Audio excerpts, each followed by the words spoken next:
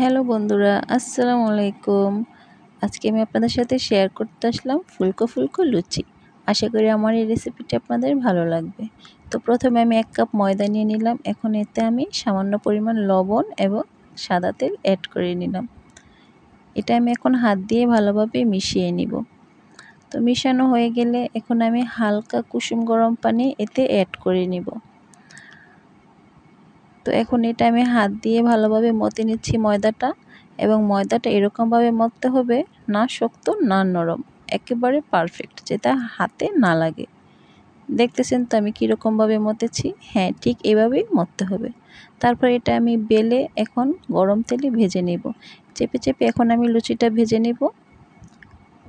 এই তো আমার লুচিটা ভাজা হয়ে গেছে, ফুলকো ফুলকো লুচি।